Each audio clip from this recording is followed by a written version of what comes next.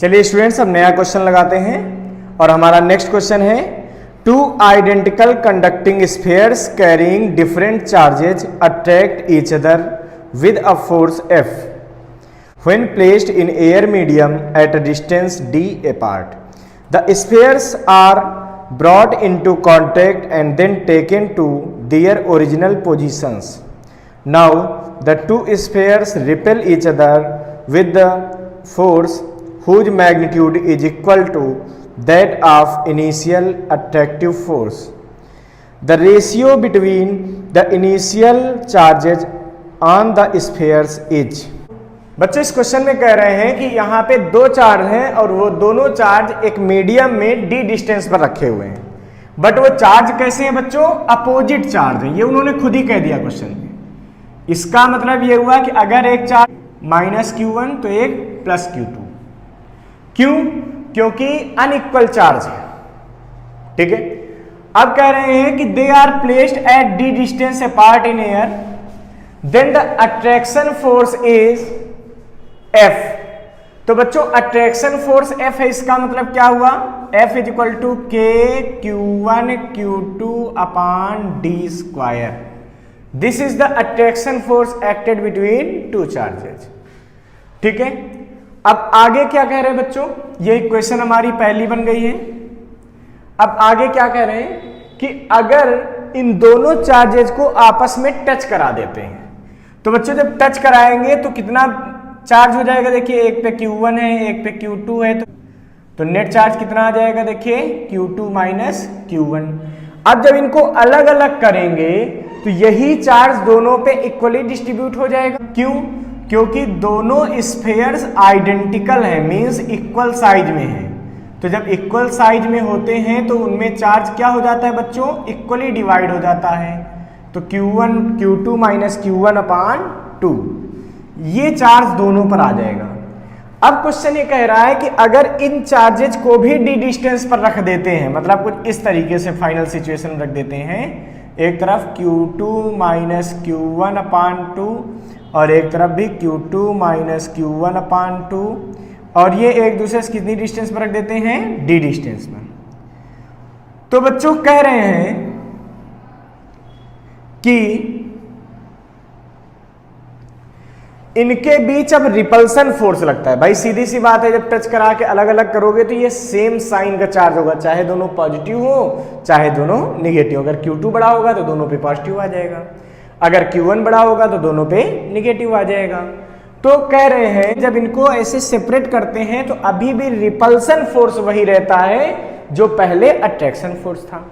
इसका मतलब ये हुआ कि इस सिचुएशन में ये तो अट्रैक्शन पहले वाला था, कि इस सिचुएशन में जो रिपल्सन फोर्स है, ठीक है,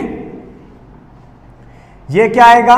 ये आएगा k q2 minus q1 upon 2, ठीक है, into q2 minus q1 upon 2, यानी कि इसका होल स्क्वायर अपॉन डिस्टेंस का स्क्वायर तो d², यानी कि F2 बराबर आ गया k q2 माइनस q1 का whole square upon 4d²।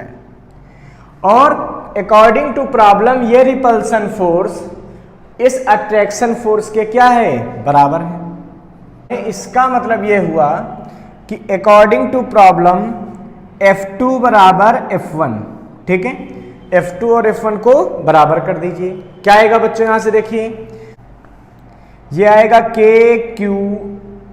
F2 की वैल्यू रखिए, q2 माइनस q1 का whole square upon 4d² is equal to k q1 q2 upon d²। बच्चों d² k से d² k इधर का कैंसिल हो गया, हमारे पास क्या बचेगा? हमारे पास ये बचेगा बच्चों, ठीक है, q1 माइनस q2 का होल स्क्वायर, तो बचेगा q2² minus plus q1² minus 2q1 q2 अपान 4। तो देखिए अपान का ये 4 है, इसको क्रॉस मल्टीप्लाई कर दीजिए तो उधर हो जाएगा 4q1 q2। ये आ जाएगा बच्चों Q1 square plus Q2 square minus 6Q1 Q2 is equal to 0। हमको बच्चों Q1 अपान Q2 फाइंड करना है, ठीक है। तो हम एक काम करते हैं, हम Q1 अपान Q2 बना लेते हैं। तो पूरी इक्वेशन में on dividing by Q2 square क्या करते हैं, Q2 स्क्वायर से डिवाइड करेंगे तो क्या बनेगा, Q1 अपान Q2 का whole square plus minus 6 Q1 upon Q2, देखिए अपान में Q2 स्क्वायर आएगा, एक Q2 कट जाएगा तो ये बचेगा, प्लस का 1 इज इक्वल टू 0। अब अगर मैं यहां पे श्रीधराचार्य फार्मूला यूज करता हूं तो क्या मिलेगा, Q1 upon Q2 is equal to minus B, तो प्लस का 6 प्लस माइनस रूट में B square 36 minus 4a1c1 upon 2a, एक जगह 1। देखिए ये क्वाड्रेटिक इक्वेशन बन गई ना, x square minus 6x plus 1, उसमें अगर लगाते तो ऐसा आता, x की जगह Q1 अपान Q2 है।